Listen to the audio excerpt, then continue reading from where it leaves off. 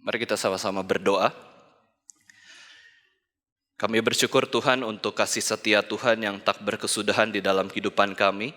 Kami bersyukur juga Tuhan untuk firman Tuhan yang senantiasa Engkau berikan di dalam Alkitab maupun di dalam pemberitaan oleh orang-orang yang Tuhan panggil untuk memberitakan kebenaran firman Tuhan. Dan kami juga bersyukur untuk gereja Tuhan di mana kami boleh sama-sama berkumpul sebagai orang Kristen, bahwa kami sadar bahwa kami tidak sendirian di dalam dunia ini. Ada orang-orang yang lain yang sudah ditebus dengan darah Kristus dan kami juga bisa menjalani kehidupan bersama-sama dengan mereka semua. Kami bersyukur Tuhan Engkau sudah kumpulkan kami di tempat ini untuk fokus hanya kepada Sang Kristus, Sang terang itu. Kami berdoa Tuhan supaya kebenaran firman Tuhan pada pagi hari ini boleh memberkati setiap kami.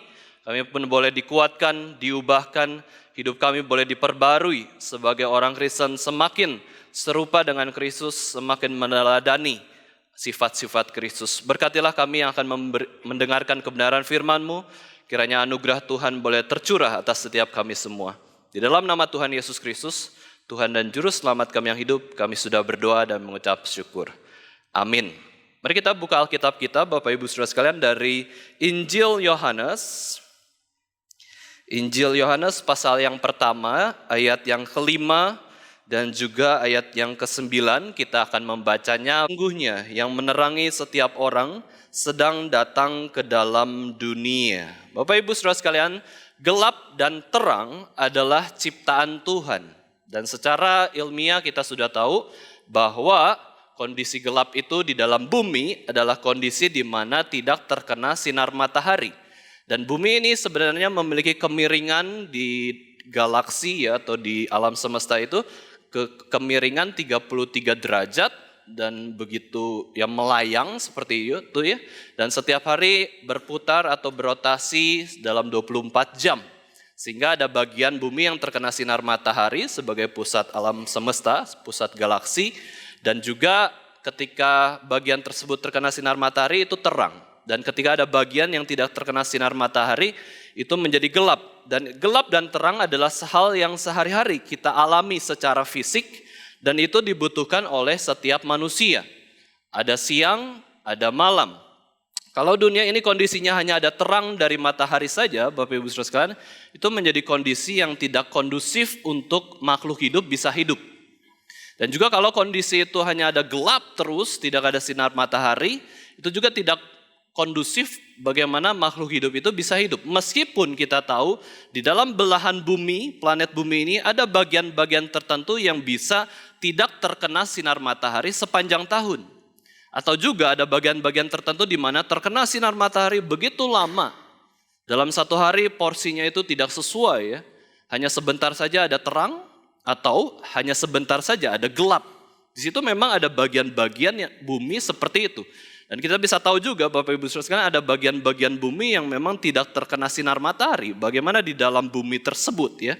Di dalam bumi, di bawah tanah tersebut atau di dalam palung laut itu tidak terkena sinar matahari. Nah Bapak Ibu Saudara sekalian adanya kondisi gelap dan terang ini sebenarnya menunjukkan bahwa kita itu menikmati anugerah ciptaan Tuhan. Kondisi gelap dan terang yang ada di dalam bumi ini silih berganti, justru harusnya menunjukkan bahwa siapakah pengatur bumi ini, dan juga bisa memperlihatkan kepada kita semua bahwa Allah itu bijaksana, Dia itu mengatur seluruh ciptaannya, memberikan hukum-hukum tertentu kepada seluruh ciptaannya, dan juga Bapak Ibu Saudara sekalian, Dia adalah pencipta dan pemelihara atas seluruh ciptaannya. Maka waktu kita alami siang, malam, ingat Tuhan, ingat ada yang mengaturnya. Ya, waktu kita alami siang, malam, gelap dan terang, Bapak Ibu Saudara sekalian, kita ingat bahwa Tuhan itu bijaksana dan pemelihara seluruh ciptaannya. Lalu Bapak Ibu Saudara sekalian, ketika manusia mengalami perjalanan hidup naik turunnya, ada juga yang memberikan definisi tentang kehidupan manusia. Mereka katakan bahwa kalau saya sedang mengalami pergumulan berat, kalau saya mengalami kebingungan, kalau saya khawatir akan masa depan hidup saya, maka saya katakan itu adalah masa depan yang suram, masa depan yang gelap.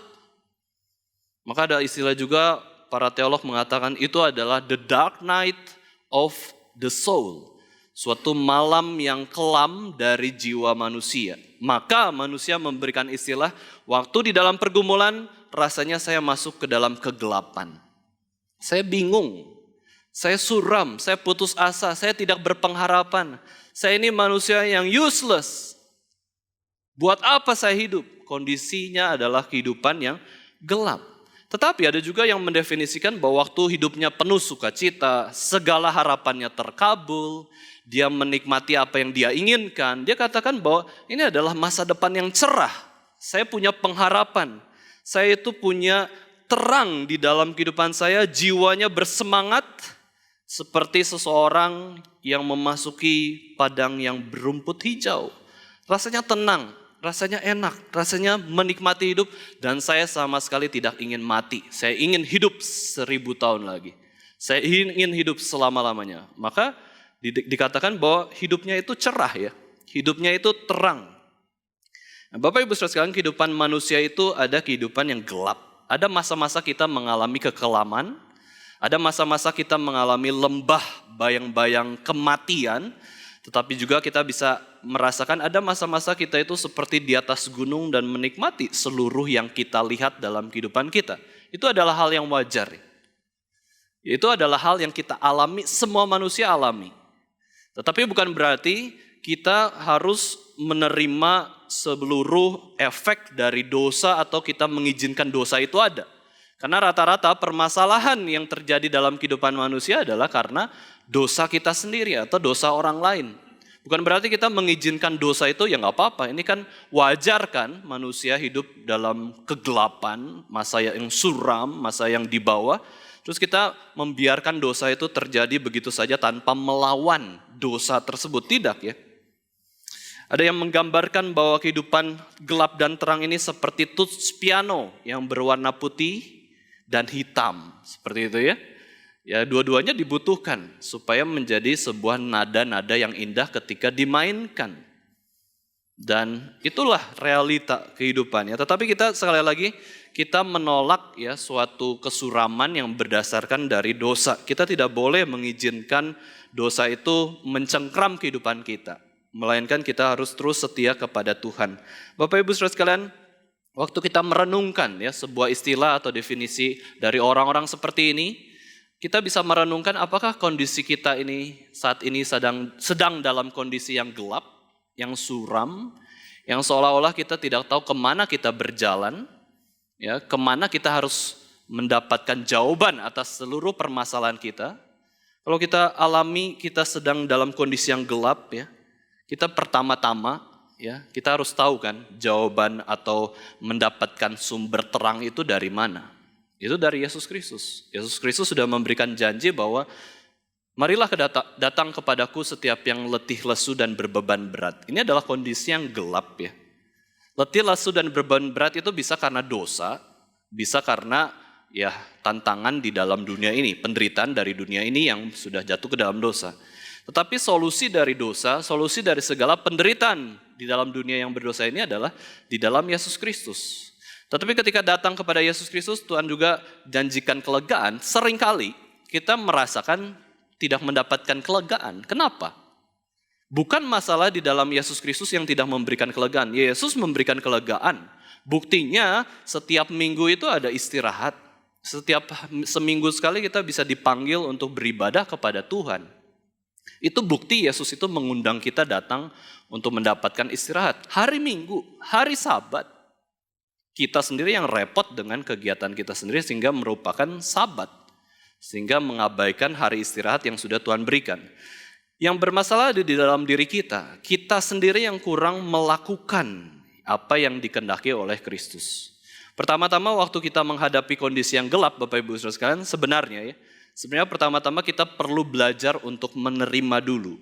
Ini adalah kondisi yang Tuhan berikan kok. Dunia ini tidak selamanya gelap dan dunia ini kehidupan kita ya tidak selamanya terang. Gelap dan terang di dalam kehidupan kita itu pasti ada. Ada naik turunnya. Pertama-tama bukan mengeluh, bukan menolak, tetapi justru kita menerima dulu.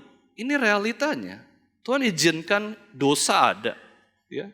Tuhan izinkan kita bergumul suatu saat kita mengalami kebingungan, pergumulan yang berat, kita terima dulu, kita embrace dulu, kita peluk dulu, terima apa yang Tuhan izinkan terjadi di dalam kehidupan kita, barulah kemudian kita belajar mengikuti pimpinan Tuhan. Itu yang bisa kita lakukan. Lalu Bapak Ibu saudara di dalam Alkitab memberikan suatu metafora dan penggambaran untuk gelap dan terang. Jadi gelap dan terang ini bukan secara fisik kita alami saja, bukan saja juga secara kehidupan kita berikan istilah, wah hidup saya suram, hidup saya cerah. Tetapi Alkitab memberikan penggambaran atau metafora bahwa gelap dan terang juga adalah simbol-simbol dari kebenaran yang tertentu. Kebenaran yang Tuhan ingin sampaikan kepada manusia, Tuhan memakai metafora gelap dan terang. Yang pertama kita bisa lihat bahwa terang itu mengindikasikan kasih Tuhan. Terang itu mengindikasikan kebenaran, kebaikan. Segala yang baik itu Alkitab simpulkan dengan apa? Terang. Tetapi segala yang buruk, segala yang berdosa, segala yang berdusta, segala yang salah, Alkitab simpulkan itu adalah kegelapan. Itu adalah segala hal yang buruk dan salah itu gelap. Terang mengacu kepada baik dan benar. Gelap mengacu kepada buruk dan berdosa, jahat dan kesalahan. Itu yang pertama kita bisa pahami. Lalu juga Bapak Ibu saudara sekalian, terang itu mengindikasikan kerohanian seseorang. Dan kita bisa lihat kerohanian seseorang itu tandanya dari mana? Dari dua hal ini, yaitu pengenalan akan Allah atau tidak memiliki pengenalan akan Allah. Knowledge of God. Seorang yang punya pengenalan akan Allah sebenarnya rohaninya itu sudah ada terang. Sedangkan seseorang yang sudah jatuh ke dalam dosa dan tidak memiliki pengenalan akan Allah yang sejati, mereka itu tetap dalam kondisi yang gelap. Dan inilah yang perlu kita pahami. Pengetahuan akan Allah ya, adalah sebuah hal yang menjadikan jiwa kita terang. Jiwa yang gelap maupun jiwa yang terang itu dipengaruhi oleh knowledge of God.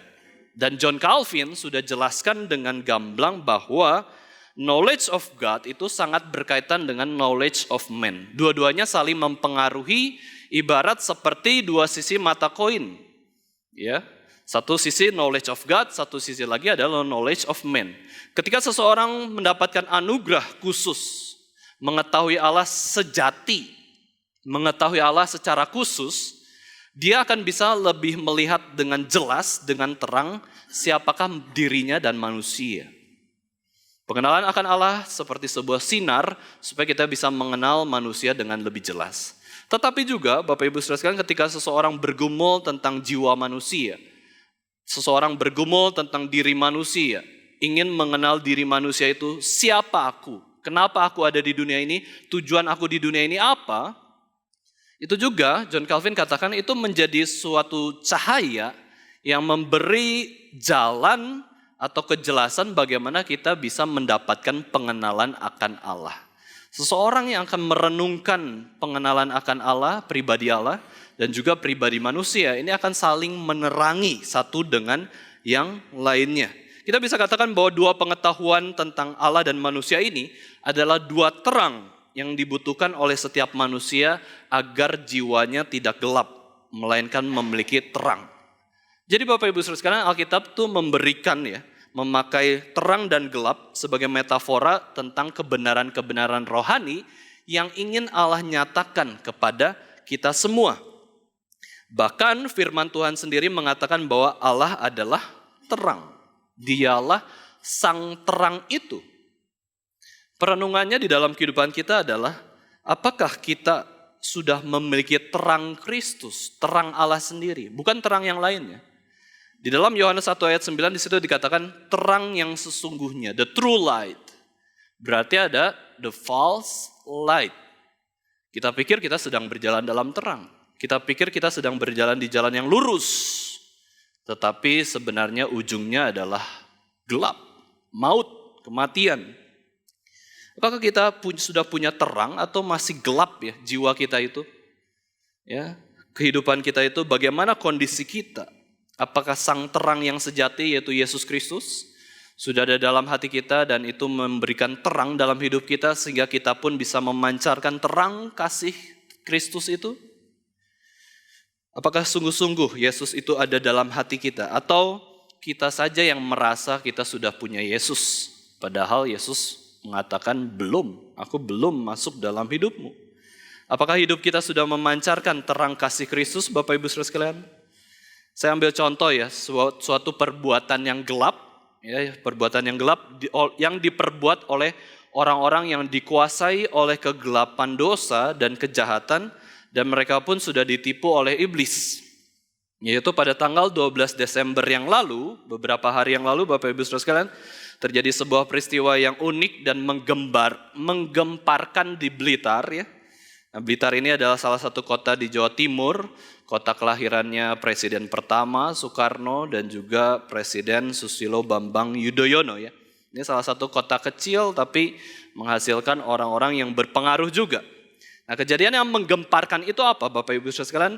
Yaitu ada sebuah rencana kegelapan diperbuat oleh orang-orang yang dalam kegelapan dan mereka tidak memiliki sinar terang dari Allah sendiri. Yaitu apa? Bapak wali kota dan istrinya disekap di rumah dinas mereka oleh 5 orang pencuri. Jadi 5 orang pencuri ini berencana ya mencuri harta, tapi kepada siapa? Kediaman wali kota. Saya heran juga. Kalau mau mencuri harta kan tinggal pilih orang biasa gitu yang kaya ya. Tapi kenapa 5 pencuri ini niat mereka meeting minggu demi minggu bagaimana kita mencuri rumah dinas tersebut, rumah wali kota tersebut. Ya, kemudian mereka meeting, mungkin mereka berdoa kepada Allahnya masing-masing gitu ya. Mereka persekutuan doa, mereka merencanakan buat agenda satu dan hal yang lain. Dan akhirnya mereka merencanakan bahwa oke, pada hari itu ya jam 3 subuh malam kita datang ke rumah dinas Bapak Wali Kota di Blitar. Kemudian kita sudah pantau, ada berapa penjaga sih? Oh, ya pada hari itu di subuh tersebut cuman ada 3 Satpol PP. Ya 3 Satpol PP, kita 5 orang atau bahkan mungkin lebih ya, kita bisalah kita sekap, ya menyekap penjaga kayak gitu ya. Itu suatu keberanian sekali ya. Mereka merencanakan dengan luar biasa. Kemudian setelah menyekap penjaga, CCTV dihancurkan Bapak Ibu Saudara sekalian, dan kemudian mereka mencari harta dari Bapak Wali Kota di Blitar tersebut. Dan ketika ketemu Bapak Wali Kota dan istrinya, mereka menyekap mereka juga ya. Para pencuri ini menyekap pemilik rumah tersebut dan akhirnya mencari perhiasan dan uang dan akhirnya membawa perhiasan mencuri itu dengan sekitar nilainya 400 juta. Ya, dan kemudian ya tentu ini adalah pencurian menurut saya Bapak Ibu Saudara sekalian, ini adalah pencurian yang sangat berani, nekat ya. Mencuri kediaman dari kepala daerah. Apakah ini bisa kita sebut kejahatan yang biasa saja? Cuman mencuri lah. Seperti murid mencuri pensil atau penghapus kayak gitu ya dari temannya? Tentu tidak. Ini adalah kejahatan yang luar biasa dan kita bisa katakan, kita sebut setiap orang yang melakukan dosa sedang melakukan perbuatan kegelapan. Ya, mereka sudah lancang melawan peraturan-peraturan atau perintah-perintah dari otoritas yang di atas mereka, pemerintah, hukum-hukum yang berlaku. Mereka sudah melawan hukum Tuhan, hukum pemerintah, dan mereka sudah melawan otoritas yang ada di atas mereka. Kenapa orang-orang seperti ini bisa melakukan hal demikian? Karena mereka sedang gelap. Hati mereka dalam kegelapan, dikuasai kegelapan dosa, dan mereka sudah buta dengan kebenaran. Dan apa yang di hadapan mereka? Suatu namanya berhala, yaitu uang. Uang, dicari terus uang. Karena punya berhala uang, mereka melakukan segala sesuatu untuk mendapatkan uang tersebut, sekalipun itu tindakan yang kurang bijaksana dan bodoh. Bapak Ibu Saudara sekalian, kita perlu tahu bahwa segala berhala dalam diri kita sebagai manusia akan membuat hati manusia itu akan semakin gelap dalam dosa. Ya, akan semakin gelap. Meskipun kita orang Kristen. Kita orang Kristen punya sang terang. Kita punya Yesus Kristus sebagai pelita yang menyala dalam jiwa kita. Tetapi ketika kita mengabaikan sang Kristus, kemudian kita hanya fokus kepada berhala kita, hidup kita gelap. Meskipun sudah ada terang. Meskipun keselamatan itu pasti Yesus berikan, tapi sayangnya hidup kita menjadi orang Kristen yang gelap. Tidak bermanfaat, tidak memancarkan terang Kristus. Redup. Kita bisa bertanya Bapak Ibu sekalian, bagaimana kita mencari tahu apa itu berhala dalam hidup kita? Yaitu ketika ada suatu hal di mana kita itu fokus kepada hal tersebut melebihi segala hal yang lain. Nanti kan kita bahas juga bagaimana ya hal itu bisa menjadi berhala. Tetapi kita bisa juga bertanya dalam hati kita, apakah berhala kita uang, Bapak Ibu Saudara sekalian? Ya, semakin kita memberhalakan uang, kita akan mencari uang dengan cara apapun, termasuk dosa pun kita lakukan. Semakin kita memberhalakan uang, kita akan menjadi pencuri, kita akan menjadi perampok, kita akan menjadi koruptor. Itu efek apa? Efek berhala uang, memberhalakan uang. Apakah Bapak Ibu Saudara sekalian berhala kita adalah hawa nafsu seksual, Bapak Ibu Saudara sekalian? Efeknya adalah kita akan menjadi seseorang yang pemerkosa, seorang yang tidak setia, seorang yang menjadi orang yang selingkuh, seorang yang menjadi seseorang yang tidak bermoral. Karena apa? Berhala seksual, berhala hawa nafsu. Kita menjadi buta. Dan apakah juga berhala kita adalah sebuah kehormatan, pujian dari orang, Bapak Ibu Saudara sekalian? Kita akan menjadi orang yang gila hormat. Kalau tidak dihormati langsung emosi, ya. Langsung mencari pujian, langsung show off, langsung menonjolkan diri. Ini aku. Itu adalah orang yang memberhalakan kehormatan, pujian. Dan ini sudah adalah rumusan yang sangat umum. Orang itu digoda oleh 3 hal ini ya Bapak Ibu Saudara sekalian, harta, tahta, wanita atau pria. Tetapi John Calvin menjelaskan lebih jelas lagi, dia pernah mengatakan adalah human heart is factory of idols. Hati kita sendiri adalah pabrik yang menghasilkan berhala-berhala, apapun bisa menjadi berhala di dalam kehidupan kita. Apakah berhala kita itu adalah diri kita, tubuh kita? Bisa. Apakah berhala kita adalah keluarga kita, pasangan kita, anak kita, orang tua kita, bahkan gereja ini bisa menjadi berhala yang menutupi Kristus Yesus? Bisa, apapun bisa menjadi berhala di dalam kehidupan kita. Inilah kebobrokan dan tidak berharapnya, tidak memiliki pengharapannya manusia. Natur manusia sendiri sudah jatuh ke dalam dosa dan natur manusia yang berdosa ini akan selalu membuat berhala. Karena manusia diciptakan sebagai makhluk yang menyembah, kalau dia tidak bisa melihat sang pribadi yang harus disembah, maka dia akan sembah yang lain. Setiap manusia pasti harus menyembah. Kalau manusia itu tidak menyembah, dia bukan manusia. Dia harus menyembah sesuatu. Dan ketika dia belum menemukan sang terang itu, sang Yesus Kristus, dia akan menyembah yang lain. Apapun itu, yang baik, perbuatan baik bisa menjadi berhala. Puasa kita, doa kita, bisnis kita bisa jadi berhala. Apapun bisa jadi berhala sampai kita mengabaikan Tuhan itu sendiri. Ini adalah kebobrokan manusia. Dan kita perlu ambil keputusan Bapak Ibu Saudara sekalian. Jangan diam-diam saja. Jangan cuek saja. Ya sudah, ya saya orang Kristen, saya punya berhala kek atau tidak, bebas. Jangan. Kita harus ambil keputusan apakah kita itu mau hidup dalam kegelapan terus menerus atau hidup semakin bercahaya. Ya, semakin memuliakan Tuhan Yesus Kristus. Hidup dalam kegelapan, terus terang Bapak Ibu Saudara sekalian ya, kalau kita memikirkan kedagingan kita, memikirkan natur manusia yang berdosa ini, hidup dalam kegelapan itu enak kok.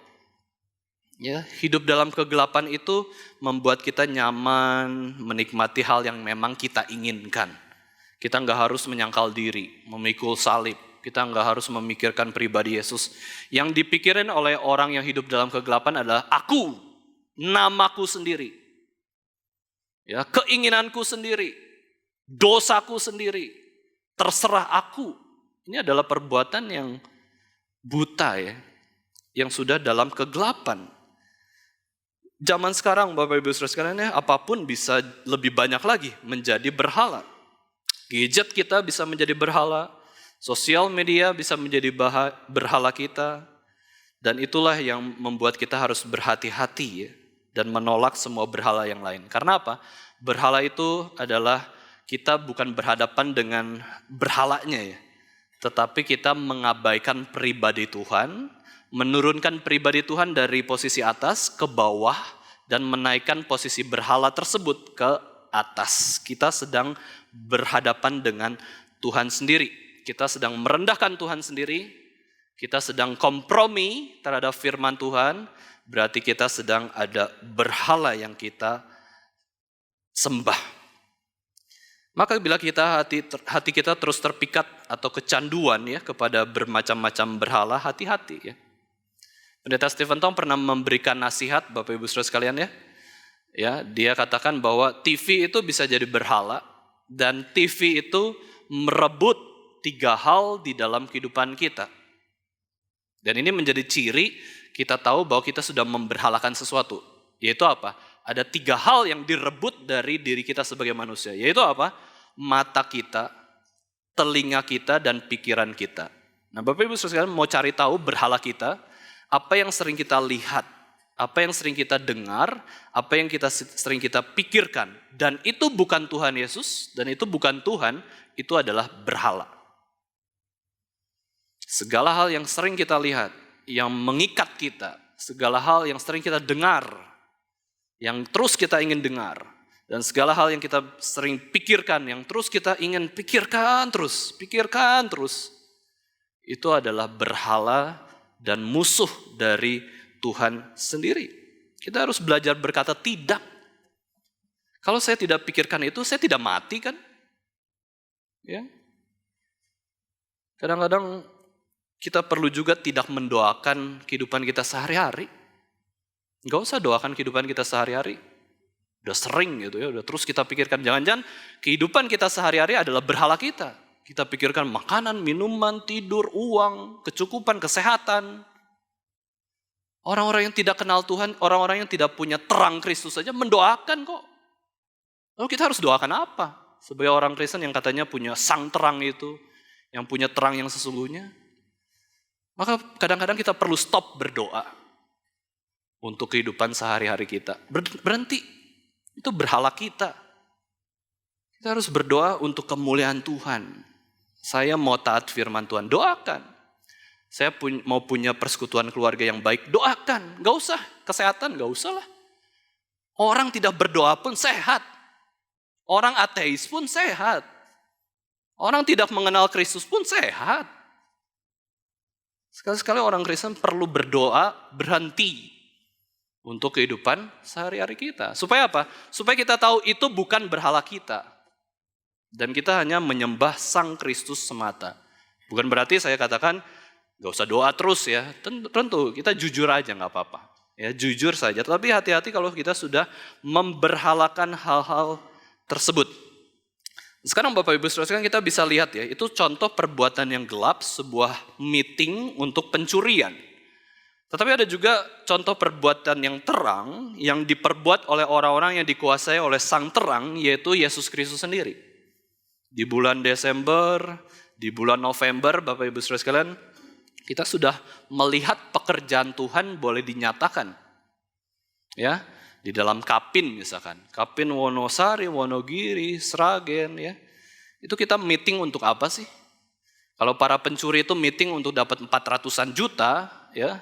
Kita meeting sebagai orang-orang Kristen untuk melakukan acara yang terang, perbuatan terang. Ya, semua habis waktu, habis tenaga, habis pikiran, habis ketenangan Bapak Ibu Saudara sekalian ya. Ketika ngurusin Kapin itu, Bapak Ibu Saudara sekalian, saya kurang lebih tenang daripada sekarang ya setelah Kapin. Itu mikirin terus, jangan-jangan berhala saya Kapin ya. Harus mikirin Tuhan ya. Kapin itu, wah kalau kita kan dalam waktu sebulan 3 kota tersebut, Bapak Ibu Saudara sekalian kita ya kebagian mikirin. Dan memang Solo lebih banyak ke Sragennya ya. Sragennya saya hitung-hitung dalam 1 bulan bisa belasan kali. Saya ya, dan juga mungkin beberapa orang, tapi saya sendiri hitung wah belasan kali, berarti kalau anggap 1 bulan 30 hari, saya mungkin 13 atau 14 kali ke Sragen dalam 1 bulan, udah jadi kayak orang Sragen ya Bapak Ibu Saudara sekalian. Itu adalah suatu, susah banget ya mempersiapkan acara tersebut. Orang-orang Kristen yang mau mempersiapkan Christmas Rally dari Yayasan STEMI, Pendeta Stephen Tong, belasan kota ya. Belasan kota itu dipersiapkan repot-repot gitu ya, habis biaya, habis dana, tenaga dan lain-lain. Ya, nggak dapat untung secara materi, tetapi kita tahu kita sedang mengerjakan pekerjaan yang dikehendaki oleh Kristus dan itu upahnya bukan di sini. Ya mungkin di sini juga bisa ya. Tetapi Tuhan ingat hal tersebut. Tetapi dosa itu tidak Tuhan ingat sampai kekekalan. Ini adalah kerja keras, penuh tantangan, peperangan rohani, dan ini sebuah perbuatan terang. Karena apa?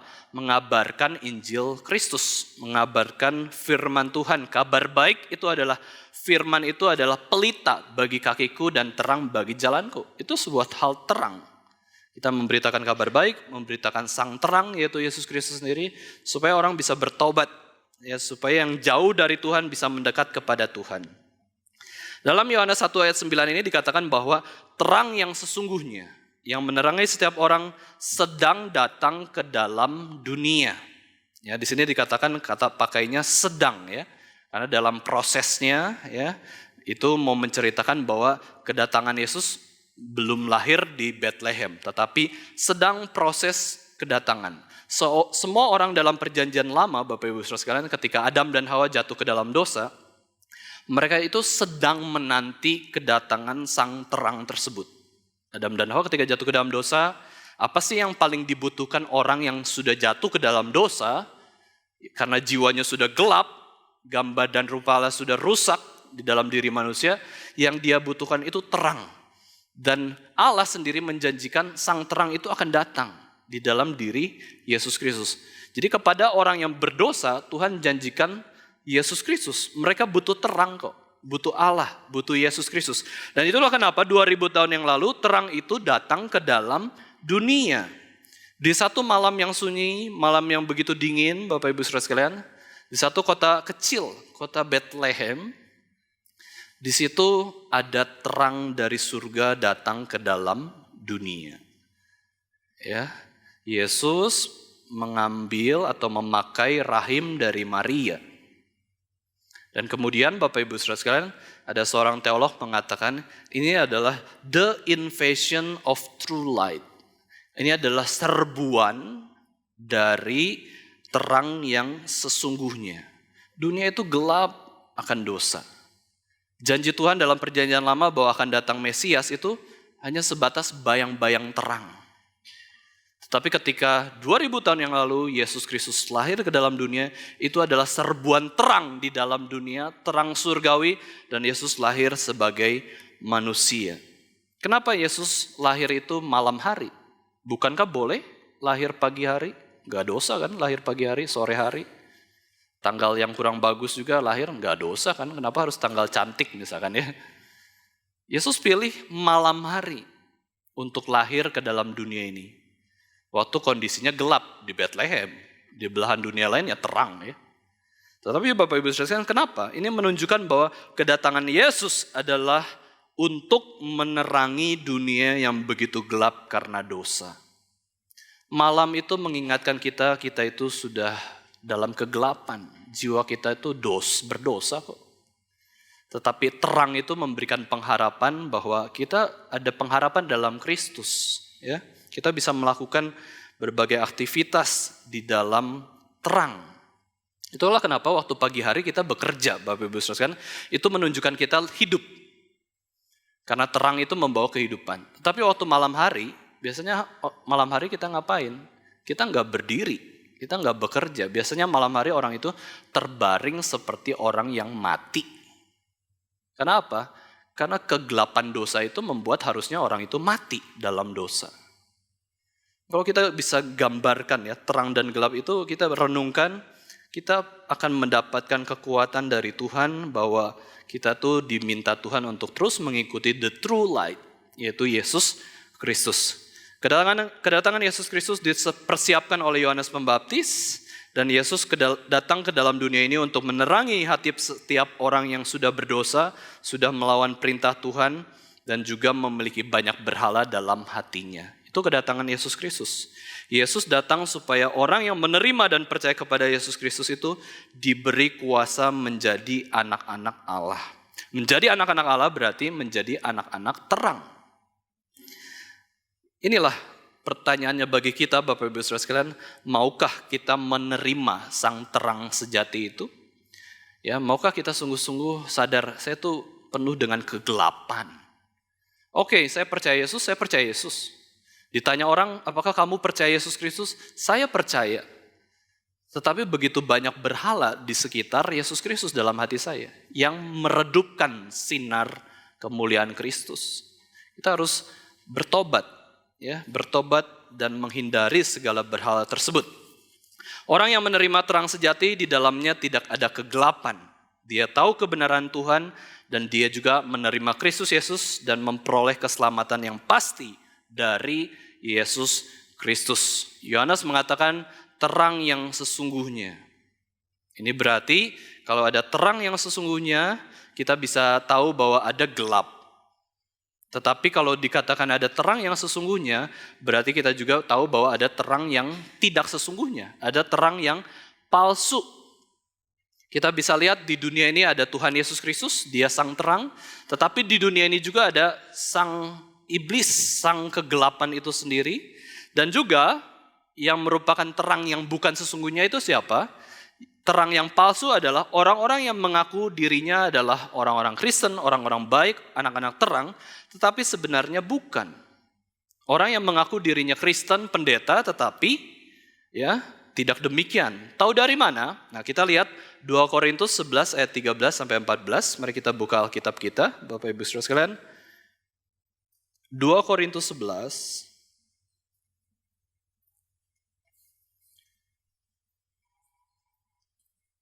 2 Korintus 11 ayat 13 sampai 14. Ini adalah wujud dari orang-orang yang memiliki terang yang palsu, ya. Mari kita baca bersama-sama 2 Korintus 11 ayat 13 sampai 14, 2, 3.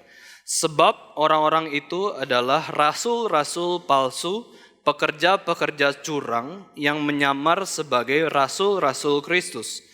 Hal itu tidak usah mengherankan, sebab iblis pun menyamar sebagai malaikat terang. Nah, ini adalah kondisi yang lebih berbahaya lagi. Ya, kondisi yang terang, tapi terang itu palsu. Terang itu buatan. Ini adalah contoh dari orang-orang yang munafik, orang-orang yang pemberi harapan palsu, terang yang palsu, dan pribadi atau orang seperti ini, Alkitab sudah katakan pasti celaka. Ya, pasti celaka. Iblis itu pasti celaka. Rasul-rasul palsu, mesias-mesias palsu, itu pasti celaka. Ya, orang-orang yang tidak sungguh-sungguh, tidak tulus, itu pasti celaka. Dari mana kita tahu? Yesaya 5 ayat 20. Mari kita buka Alkitab kita. Kita baca lagi Yesaya 5 ayat 20. Di situ firman Tuhan menjelaskan realita yang membingungkan, ya. Tetapi ini memang ada di dalam kehidupan dunia ini, yaitu Yesaya 5 ayat 20. Kita baca bersama-sama 2, 3. Celakalah mereka yang menyebutkan kejahatan itu baik dan kebaikan itu jahat, yang mengubah kegelapan menjadi terang dan terang menjadi kegelapan, yang mengubah pahit menjadi manis dan manis menjadi pahit. Ada yang mengatakan Yesus bukan Tuhan. Ya, ada yang mengatakan ke gereja itu enggak bermanfaat. Ya, tidak menguntungkan. Ada yang mengatakan kita enggak harus kok ya taat firman Tuhan, enggak baca firman Tuhan. Kita enggak bisa apa-apa, Bapak Ibu Saudara sekalian. Kita mau apakan orang tersebut? Tapi kalau dari ayat ini kita bisa tahu ya orang itu adalah orang yang celaka. Orang itu adalah orang hukuman. Yang terhukum. Siapa yang menghukum? Tuhan sendiri. Kita juga bisa katakan, kalau mau cuman adu argumen kalimat, firman Tuhan itu berkuasa, firman Tuhan tidak berkuasa, mau gimana solusinya? Ya, Yesus Tuhan, Yesus bukan Tuhan, mau gimana? Mau adu argumen terus? Nggak bisa. Ya, hakimnya adalah Tuhan, bukan kita. Kita sama-sama manusia punya pendapat, ya, prinsip sendiri, diadu gitu ya. Terus siapa yang benar, siapa yang salah? Ya, nggak bisa kita menjadi hakim, yang Tuhan sendiri yang menjadi hakim kita. Ya, kita hanya bisa berusaha melakukan yang terbaik. Yesus katakan bahwa akulah terang dunia. Barang siapa mengikut aku, ia tidak akan berjalan dalam kegelapan sebab ia akan mempunyai terang hidup. Yesus adalah jalan kebenaran dan hidup. Sayang sekali bila kita sebagai orang Kristen sudah lama Kristen, tetapi sebenarnya kita enggan mengikuti Yesus. Bahkan kita sebenarnya menolak Yesus. Yesus itu hanya nama. Yesus itu hanya simbol. Yesus itu bukan pribadi yang saya bisa ngobrol dengannya. Sayang sekali bila kita sebagai orang Kristen punya konsep yang demikian. Menolak Kristus, tidak sungguh-sungguh percaya, tidak matian-matian melayani Yesus Kristus ya. Sayang sekali bila kita tidak anggap Yesus itu adalah sang terang dunia dan Yesus adalah Tuhan dan Juru Selamat hidup kita. Kita harus mengakui Yesus itu terang kita. Yesus itu adalah pribadi yang harus kita kenal dengan benar. Terakhir Bapak Ibu Saudara sekalian, kita bersyukur atas hari Natal yang Tuhan berikan pada kita 2000 tahun yang lalu. Terang itu sudah datang ke dalam dunia 2000 tahun yang lalu. Kita yang berjalan di dalam kegelapan, sekarang kita sudah tahu di dalam sejarah ada suatu terang yang bersinar. Ya, ketika kita jalani kehidupan itu gelap terus ada sinar terang yang dari Yesus Kristus sendiri, kita boleh melihat terang yang besar, terang yang bersinar begitu cerah, itu adalah suatu pengharapan kita. Ya, suatu pengharapan kita, suatu jalan yang jelas. Dan dalam kisah kelahiran Yesus di kitab Lukas, Bapak Ibu Saudara sekalian, Yesus itu sebagai terang yang sejati datang dengan 3 tujuan, singkat ya.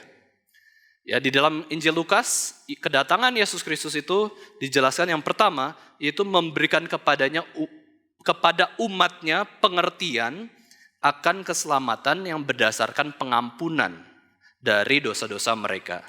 Jadi Yesus datang nih, waktu lahir ke dalam dunia ini, terang itu muncul ke dalam dunia, itu supaya kita punya pikiran yang benar. Itu bicara soal pertobatan pikiran. Ini loh pribadi yang tanpa dosa, ini adalah Tuhan. Yang kedua, Yesus datang untuk melawat kita atau memperhatikan kita dengan anugerah dan belas kasihan yang luar biasa besar. Ini Yesus membenarkan apanya kita, yaitu membenarkan emosi kita, hati kita. Hati kita yang keras, ya, hati yang keras itu dilembutkan dengan apa? Dilembutkan dengan perhatian. Yesus melembutkan hati kita yang keras dengan kasih-Nya. Tuhan mau jadi manusia. Ya, bagaimana kita mau keras-kerasan ya ke Tuhan, mau menolak Tuhan? Tuhan mau jadi manusia kok, menyelamatkan kita bahkan mati di atas kayu salib. Ini ada tujuan Yesus yang kedua ya, datang ke dalam dunia, yaitu melawat hati kita dengan anugerah dan belas kasihan yang besar. Dan yang ketiga, untuk menyinari mereka yang diam dalam kegelapan dan dalam naungan maut, untuk mengarahkan kaki kita kepada jalan damai sejahtera. Jadi bicara apa? Mengarahkan kaki kita jadi bisa lihat jalan kita, terus kaki kita bisa ke arah jalan yang benar, yang sesuai dengan tujuan yang Tuhan tetapkan. Itu bicara soal perilaku kita. 3 hal ini Bapak Ibu Saudara sekalian, kenapa Yesus datang ke dalam dunia? Mempertobatkan pikiran kita, melembutkan hati kita yang keras, dan juga menuntun kaki kita berjalan di jalan damai sejahtera. Maka kita bisa katakan seperti pemazmur, sekalipun aku berjalan dalam lembah bayang-bayang kematian, aku tidak takut sebab Tuhan yang besertaku. Sebab sang terang itu beserta kita, sehingga kita tahu, oh ini jalan yang benar, jalan yang baik. Dan kita harus melewati atau menolak jalan yang salah. Yesus sang terang itu datang ke dalam dunia supaya kita bisa melihat jalan di depan kita dengan jelas, dan juga kepada umat pilihan Tuhan supaya kita bisa berpindah dari maut kepada kehidupan yang kekal. Dan bagaimanakah Yesus menjalankan tujuan kedatangannya ke dunia ini dengan keseluruhan inkarnasi Yesus Kristus dari kehidupannya sampai kematiannya. Yesus mencurahkan darah di sebelum kematiannya, karena tanpa pencurahan darah tidak ada pengampunan atas dosa-dosa manusia. Dan Yesus menyelesaikannya dengan lengkap, dengan sempurna, dan dengan demikian Yesus menggenapi apa yang dikatakan dalam Yesaya 9 ayat 5. Sebab seorang anak telah lahir untuk kita, seorang putra telah diberikan untuk kita, lambang pemerintahan ada di atas bahunya, dan namanya disebutkan orang penasihat ajaib, Allah yang perkasa, Bapa yang kekal, dan Raja damai. Bagaimana Yesus bisa menjadi penasihat yang ajaib? Dia jadi manusia.